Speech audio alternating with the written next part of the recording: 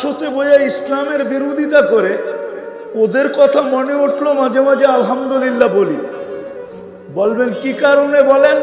বলে ও টক শোতে ইসলামের বিরোধিতা করতে পারে বটে, করে, এটাই বাস্তব। কিন্তু যখন জমিন দলিল করতে যায়, ওইখানে লেখা থাকে ধর্ম কি, তো ও চুপে চুপে ইসলাম লেখা দিয়ে আসে। আপনি নেন বাংলাদেশে যাদের উপরে আঙ্গুল উঠে সদা সর্বদা, ওলামারা আঙ্গুল উঠায় যাদের উপরে, যারা টক শোতে বইয়া ইসলামের বিরোধিতা করে, ওদের সমস্ত কাগজপত্র নিয়ে আসেন, অনলাইনে সার্চ দিয়ে দেখেন, অনলাইনে পাবেন। সব জায়গায় ধর্মের জায়গায় ইসলাম লেখা আছে। এই জন্য আমি আলহামদুলিল্লাহ বলি। তো যুবকদেরকেও বলতেছি, যতই ওদের রঙে রঙ না কেন, 14 তারিখ আরো যত ধুমধামে মানাও না কেন, 31st নাইট, এরকম যতগুলা প্রথা আছে সবগুলা যদি আরো ধুমধামে করো, তারপরও ওরা তোমাদেরকে আপন মনে করবে না। কেননা ওরা অনলাইনে দেখা ফেলছে তুমি সব জায়গায় ইসলাম ইসলাম ইসলাম ইসলাম ইসলাম লেখা আসছো। এই জন্য যদিও তোমাকে এখন ধোঁকা দিতেছে মন, আমাদেরকে ধোঁকা দিতেছে যে ওদের সাজে সাজলে মনে হয় ওরা আমাদেরকে খুব আপ্যায়ন করবে। না না, আমি তো আজ পর্যন্ত 99টা এমিগ্রেশনে কাউকে আপ্যায়ন করতে দেখি নাই।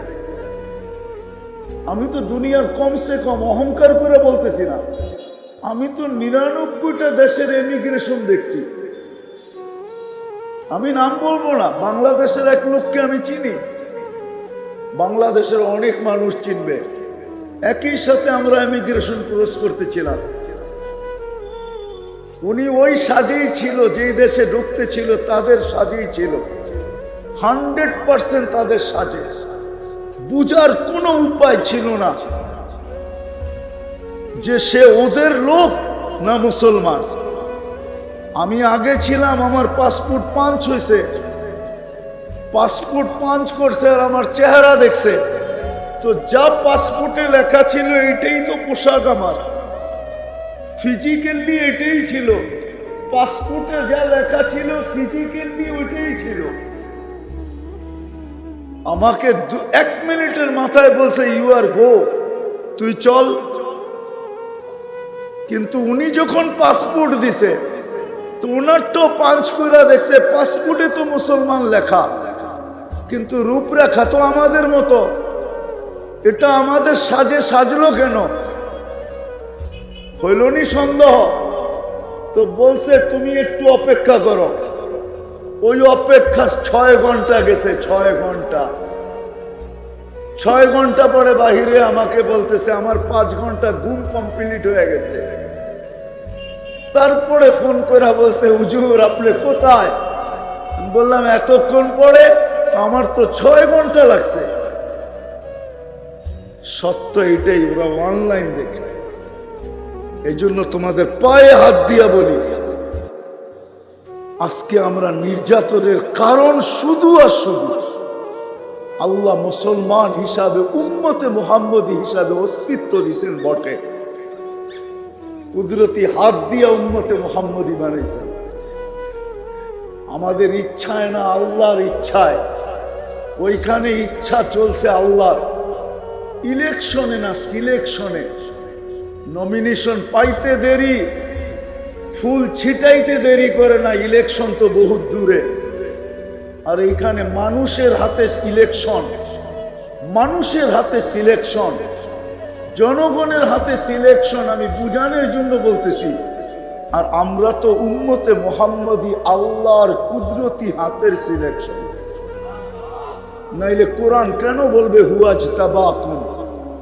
আল্লাহ তো নিজে বলতেছে জাহিদু ফিল্লাহি হাক্কা জিহাদি হুয়াজতাবাকুম ওমা জাআলা আলাইকুম ফিদ-দীনি মিন হারাজ। আল্লাহ তো কুদরতি হাত দিয়ে আমাদেরকে সিলেকশন করলেন, উম্মতে মুহাম্মদী হিসাবে পাঠাইলেন।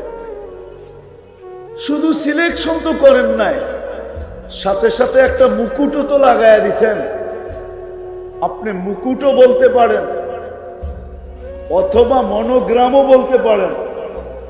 যে আপনার আমার উপরে মনোগ্রাম লাগানো আছে। মনোগ্রাম বললে কম হয়ে যাবে, মুকুট বললে, তাজ বললেই হবে ঠিক। আমাদের মাথায় একটা তাজও লাগানো আছে, কুনতুম খায়রা উম্মাহ। এটা কোনো কোরআনের আয়াত না, এটা তাজ। যেমন আমি কখনো কখনো বলি যে সাহাবায়ে কেরামকে আল্লাহ কোরআনে 1500 মেডেল দিয়েছেন। 1500 আয়াত আছে সাহাবাদের শানে। বিদায় সাহাবাদেরকে আল্লাহ 1500 মেডেল দিয়েছেন। যে উম্মতকে আল্লাহ নিজ হাতে সিলেকশন করলেন, বাছাই করে আগে রেখা দিলেন। যে উম্মতকে আল্লাহ সিলেকশন করলেন, ইলেকশন না সিলেকশন, ওই উম্মত আজকে এরকম নির্যাতিত। ডেলি 32 বার আল্লাহর কাছে বলি, আল্লাহ এদের হাত থেকে আমাদেরকে বাঁচান। আজকে 3 মাসের মতো চলছে। যেখানে আল্লাহর খলিল শোয়া, ফিলিস্তিনে তো অদিয়ে খলিলে ইব্রাহিম আলাইহিস সালাম শোয়া আছেন। যেখানে আল্লাহর রাসূল চিহ্ন দেখাইছেন, ওই ফিলিস্তিনেই তো মুসা আলাইহিস সালাম শোয়া আছেন। ওই ফিলিস্তিনেই তো শুআয়ব আলাইহিস সালাম শোয়া আছেন। ইউশা বিন নুন আছেন আলাইহিমুস সালাম। শুধু 1-2 তো না, যেটাকে নবীদের দেশ বলা হয়। সুলাইমান আলাইহিস সালামের ক্যাপিটালও তো ছিল বাইতুল মুকাদ্দাস। তখতে বিলকিস তো ওইখানে বসে আনতে বলছিলেন, ওইখানে বসা ছিলেন, বলছিল মাইয়াতি বিআরশিহা। তো সমস্ত নবীদের, যেটাকে দিয়ারুল আম্বিয়া বলা হয়, আজকে 3 মাসের মতো নির্যাতনের শিকার। আমাদের চোখের পানি ঝরতেছে, চোখের পানি ঝরতেছে, উলামায়ে কেরামের চোখের পানি ঝরতেছে। প্রতিবাদে মুসলমান ফাইটা পড়তেছে। আমার তো মনে চায় আল্লাহকে মাঝে মাঝে জিজ্ঞাসা করি যে আল্লাহ, কোরআনে তো দেখি আপনার সৈনিকের অভাব নাই, কিন্তু আমাদের পরে তো কোনো উম্মত নাই। আপনি এগুলাকে বসায় বসায় পালতেছেন, পরে কাজে লাগাবেন তো লাগাবেন কোথায়? আমাদের নবীজির পরে তো কোনো নবী নাই, তো এগুলা কাজে লাগাবেন তো লাগাবেন কোথায়? আমি শেষ জায়গায় চলে আসছি, আর লম্বা করবো না, শেষ জায়গায় চলে আসছি। তো যেটা বুঝাইতেছিলাম যে আপনি কাজে লাগাবেন তো লাগাবেন কোথায়? কিন্তু আল্লাহ যেন মনে হয় আমাকে জবাব দিতেছে, 32 বার আবেদন করলে কি হবে, আর এই প্রশ্ন উঠাইলে কি হবে? আমি যে আমার সৈনিককে কাজে লাগাবো তো লাগাবো কার জন্য? ওর জন্য লাগাবো যে নেটে দেখা চুল কাটে? ওর জন্য লাগাবো যে নেটে দেখা সাজগোজ করে? ওর জন্য লাগাবো যাদের একটা বিষয় এরকম পাওয়া যায় না? রাগ হয়ে যাবেন বলবো, এইখানে ওলামা ছাড়া যারা আমরা আছি, যদিও বয়স অনেক হয়ে থাকে, একজনও তো হাত উঠাইতে পারবে না যার বিয়ের বয়স 40 বছর হয়ে গেছে, যে আমি যেদিন বিয়ে করছি আমি কোনো আলেমের কাছে যা বলছি যে আমার বিয়ে পড়ানোর অনুষ্ঠানটা আল্লাহর রসুলের বিয়ে পড়ানোর অনুষ্ঠান যেরকম ছিল ওরকম আমি করতে চাই। যদি আলেম জিজ্ঞাসা করে কেন, বলছে কিয়ামতের দিন দুনিয়াতে দেখি আর না দেখি, কিয়ামতের দিন যখন দেখা হবে তখন যেন আমি আল্লাহ রসুলের কাছে হাত পাতার সুযোগ পাই যে আমার বিয়ে পড়ানোর অনুষ্ঠানটা আপনার আদর্শ মতো ছিল। শুনছি আপনি দয়ার নবী, কিনারাবিহীন দয়া, আপনা দয়ার সাগর, কিনারাবিহীন সাগর, আপনি উম্মতের জন্য চিৎকার দিতেছেন উম্মতি উম্মতি বইলা। যেখানে সমস্ত নবীরা নফসি নফসি বলতেছে, আপনি নিজের পরিবারকেও চাইতেছেন না, শুধু উম্মতি বলতেছেন আর দৌড়াইতেছেন, আমাকে কি দিবেন দেন না। এই কথা বলে বিয়ের অনুষ্ঠান, পড়ানোর অনুষ্ঠান হয়েছে, একজনও তো আমাকে হাত উঠে বলতে পারবে না, একজনও তো না।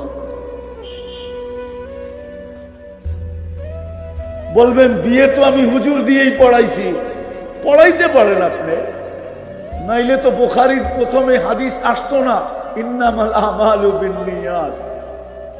আপনি যদি শব্দগুলা উচ্চারণ করতেন তাহলে তো সওয়াবের অধিকারী হইতেন, কালকে হাত পাততে পারতেন। এক যুবক আমাকে বলো যে ও একদিন চুল কাটছে এই নিয়তে আল্লাহর রসুলের আদর্শ মতো, যে আমি একবার চুল কাটছি আল্লাহর রসুলের আদর্শ মতো। এই কথা ভাবতে ভাবতে যে কিয়ামতের দিন যখন দেখা হবে তখন বলবো আমার কাছে কিছু নাই, আপনার উন্মত্ত বটে কিন্তু আমার কাছে কিছু নাই, কিন্তু আমি জীবনে একদিন আপনার আদর্শে চুল কাটছিলাম, আপনি আমাকে কি দিবেন দেন না। এক যুবক হাত উঠা।